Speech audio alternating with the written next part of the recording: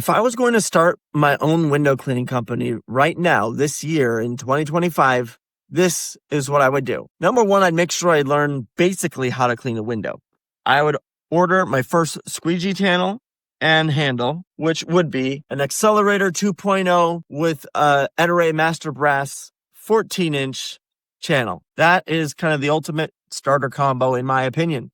You can't go wrong with this. The angles make it so that you can use it for pull work. If you have deep ledges, you can make it like a 0 degree and close out, going straight out. It swivels so that if you're having to reach something up high, you can reach a lot better. It gives you that extra few inches of height. And again, that swivel action is fantastic for pull work, whether you're doing storefronts or residential work. It's fantastic. The best all-around squeegee handle on the planet, as far as I'm concerned. They don't pay me to say that, although I do get a link with Window Cleaning Resource, an affiliate link. It's in my description. If you ever want to buy anything, if you use one of my links, it's stuff that I use and that I stand by, really, frankly.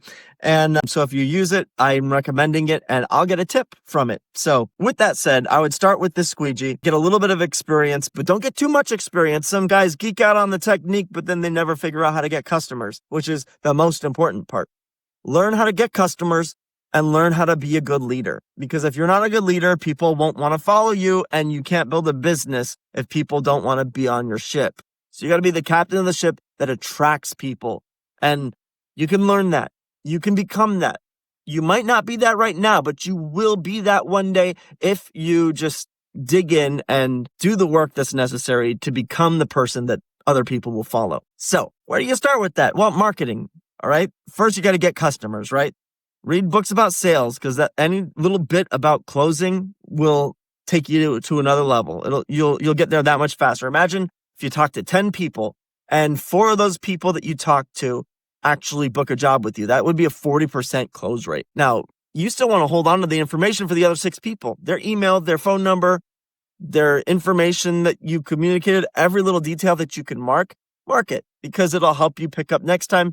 And even if you write down what their dog's name was or ask them how their kid was doing when they were homesick from school, those little things go a really long way. So take notes when you talk to everybody and save it in your CRM, which that's the next thing I would do. I would get a CRM. I use Jobber. Jobber's fantastic. They're doing a lot with AI. They have a voice AI receptionist that works pretty well. It's getting better. Right now, it's good enough if you're just getting started to answer phone calls for you while you're on the fly. It's almost like a glorified voicemail system, but it has the ability to actually book appointments if you set it up through Jobber's online booking system. I've been established for a while, and so for me to use Jobber's online booking system, it's not quite where I like it. I use Responsibit instead, and it integrates with Jobber. So if you want to keep things more simple, just get with Jobber, and you can set up Jobber's AI receptionist to book appointments for an in-person consultation. And in my opinion, right now, that's the best way to use it. Now, you'd have to get one of the higher subscriptions to have that AI bot. So if you're not doing that, that's okay. Get the marketing suite. The marketing suite is in the Grow plan. It's included with the Grow plan. Or you can get one of the lower plans and pay extra for the marketing suite. But whatever you do, you want to get that marketing suite because it helps you to automate emails. And that's extremely helpful with growing a business, especially if you start from ground one with nothing. So your beginning plans can be like around $60 a month, very affordable. If you're serious about starting a window cleaning business, even if it's more of a side gig, go ahead and splurge a little bit. Get that Jobber thing, a few tools and the Jobber thing. You get this squeegee, you get something to scrub with. Do I got anything? I mean, frankly, even the scrubbing stuff that you could get at Home Depot and those is okay. Like you can get the glass wet, scrub it, and then squeegee it off. The nice squeegee makes a big difference. You don't want to use a Home Depot squeegee. Trust me, it's not worth it. Even if you have one and you think it works okay, go buy a real squeegee and you'll like it a lot more than what you've been using. Your mind will be blown. So after that, I would get every single free online thing filled out that I could. Facebook, Nextdoor, Yelp, Instagram, everywhere that you can be for free, get up there. Google Business is probably the most important. At least at this point, it looks like it's trending in the direction where it's going to be valuable long term because AI bots are going to be crawling the internet looking for service providers that they can recommend. And how will they know they can recommend them? Because of the satisfaction, customer satisfaction, which can be tracked through 5-star reviews. the more organic 5-star reviews that you have online, the more important the algorithms will believe that you are. And so start getting 5-star reviews on a Google profile as soon as you can. It can be a little nuanced to actually get your Google business profile approved. So get that started right away from day one. Fill out everything as accurately as you can. Put as much information as you can. Sometimes it takes a little while, so you got to get started on it now. Get your Facebook and social media stuff together. You don't have to post every day on there. The more you do, the better off you can be. Some people, different communities have different results. I don't go very heavy in social media. I post on there weekly to make sure that people know I'm using it more as like a track record to show that I'm alive, right? So I want people, if they Google me, to be able to find, okay, yeah, this business, they are in business. They posted last week. Looks like they're doing a special. Let's go ahead and see what we can do. Normally, they don't even look at the specials. They just want to see, are you posting? Have you done anything in the last year? Or are you out of business? That's the question they're trying to figure out. So you do need a good website. You can use something like durable.io. It generates a website like in 30 seconds. There's a lot of other AI website builders that can do a decent job pretty quickly. The one thing with whether it's any type of print or media, you might be really proud of something, but that doesn't mean that it's good. It could look really pretty, but that doesn't mean it converts. Conversion is the key. You want people who are looking at your website to actually take the next step, which would be either calling you or filling out a form or getting an online quote. Or they just need to take that next step. And so the whole website experience is supposed to be geared towards that. Anything else that points to the website, it's because it's called a funnel. You kind of have just like these different levels that people walk through. You start with some type of that could be a Facebook post. They look at your Facebook page. They see your post. They go to your website. On the website, there might be a quote form. On the quote form, they can fill it out. And then you're able to contact them and sell from there. So you just kind of have this progression, and you got to be a little bit aware of this. This is called the customer life cycle. Google that. Research a little bit about it. Understand what it is. It's just tracking the way that the customer's relationship with you is progressing over time. And so it starts with just a lead, and then eventually it turns into a closed job that you go and you do the service. Then it doesn't end. You remarket those same people. You rebook them if you can right away. If they don't rebook right away, then you save their information and you keep following up. And that's where the jobber automations really come in handy. Now, as far as marketing, do all the free stuff you can. The paid stuff, you got to be careful with Google ads, with Facebook ads, even Google LSA. I love Google LSA. That's when you have the Google guaranteed badge on the Google Maps thing. And it works pretty good, but the thing is, it's gotten more expensive. Right now, I think if I was to get leads from there, it'd be over $70 a lead. I'm in a pretty busy metroplex north of Dallas, so that's part of the reason. You might be in an area where you can get them cheaper, like $20. I know some guys who are able to only have to pay $20 per lead for Google LSA, and it's amazing. Just do as much of that as you can. All those things change. They're very variable. They're low one day, but then they're more expensive the next day, and they never drop back in price again, it seems. They're always up and up. The one thing that you can control is print. So whether that's door hangers or postcards, I love them because of that. Your price is going to be pretty steady. So you can calculate exactly how many flyers it takes to get one customer. Now, I've done a little bit of experimentation. I got a really poorly designed flyer. Do I have it here? Here we go. A torn off one. This is a door hanger. Brighten your home, elevate your mood. A picture of a kitchen that happens to have a tiny little window there. And it says window cleaning. Now, I did this really bad design on purpose. I did a really small test market, and I still got calls from a terribly designed flyer. There's a little call to action, a little special deal there. All that to say, even though this was a terrible postcard or door hanger, I still got at least one call for every 200 flyers I passed out.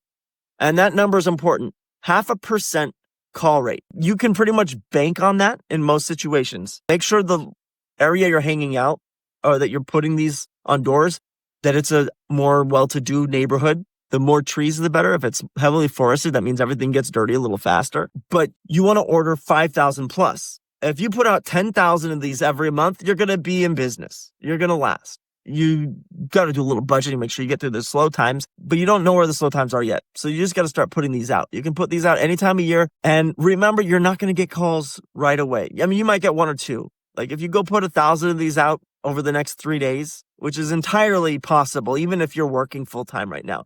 If you have the discipline You can put about 100 of these out every 2 hours if you're walking slowly, right? In the right neighborhoods. So what is that? 400 out of 8 hours of walking. And you're going to lose some weight too. You're going to be in really good shape by the end of it. Just kidding. But really, you will. But you want to get like 10,000 of these. And my goal is generally to get like 5,000 of them out every month. And that's just because I already have a pretty good base.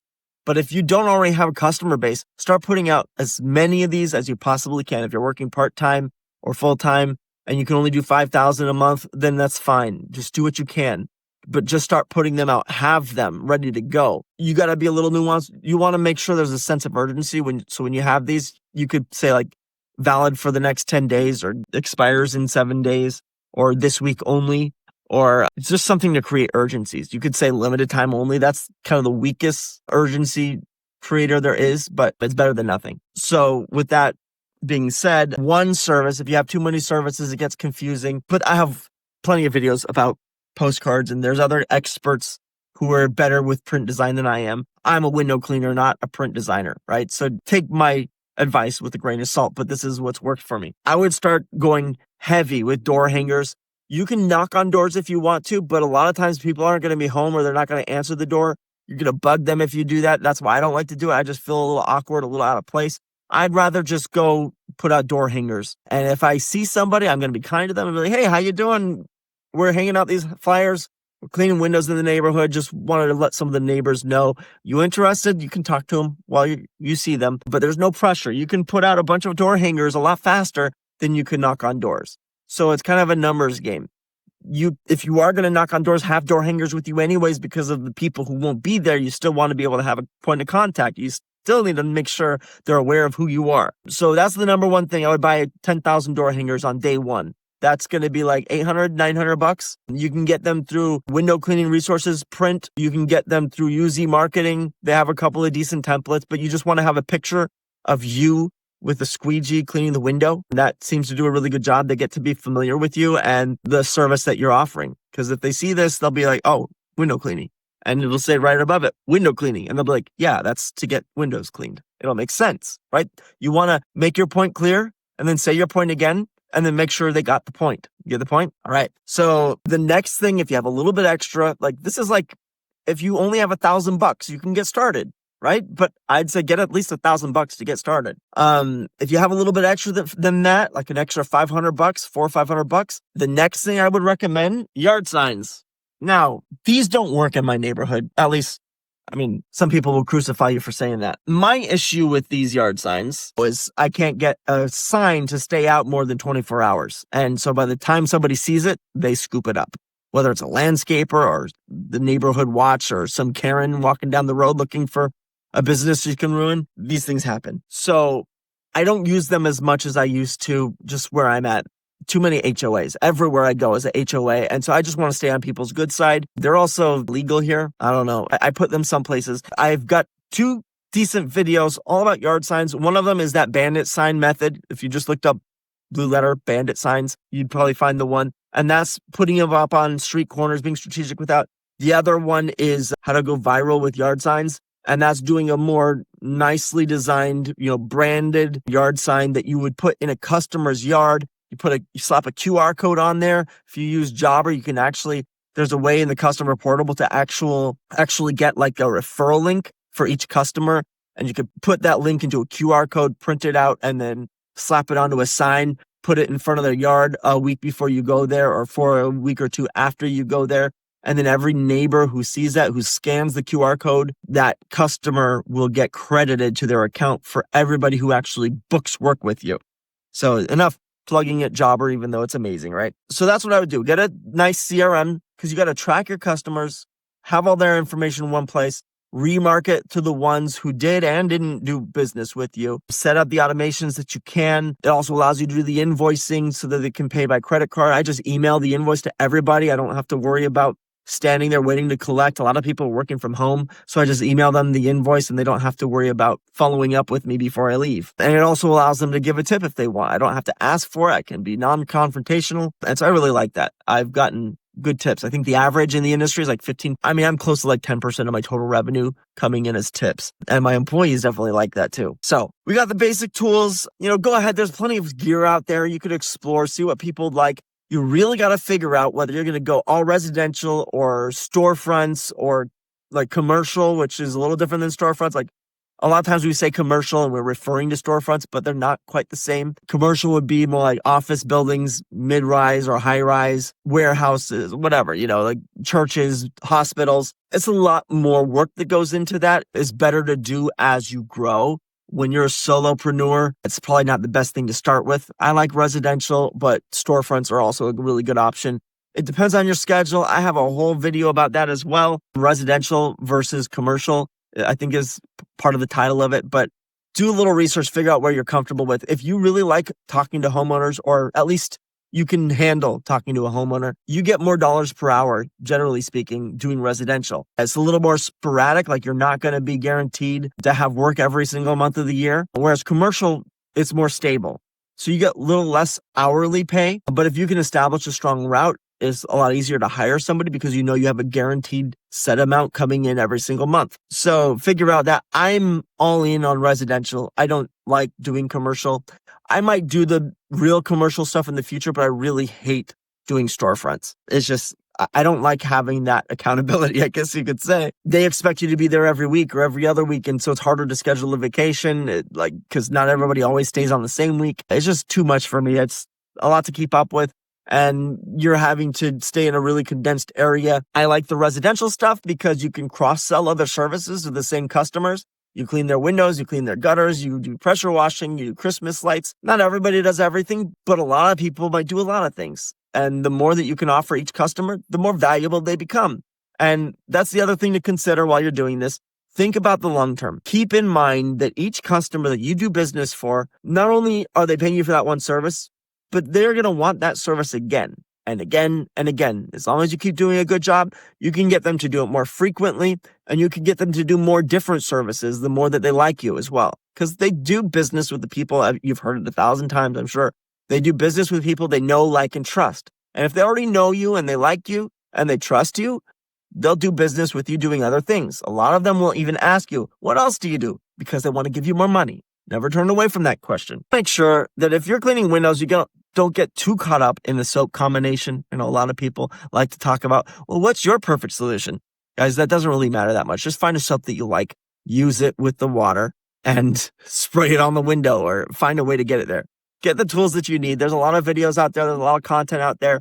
If you can scrub the glass and squeegee it, that's the most important thing.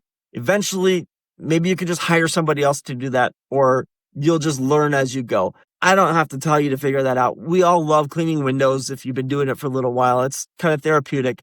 What you need to be exhorted to do is, like I said before, get more customers and become a good leader so that employees will want to be on your team. But if you got questions, if you got any comments, go ahead and put them below, and I'll see you in the next video.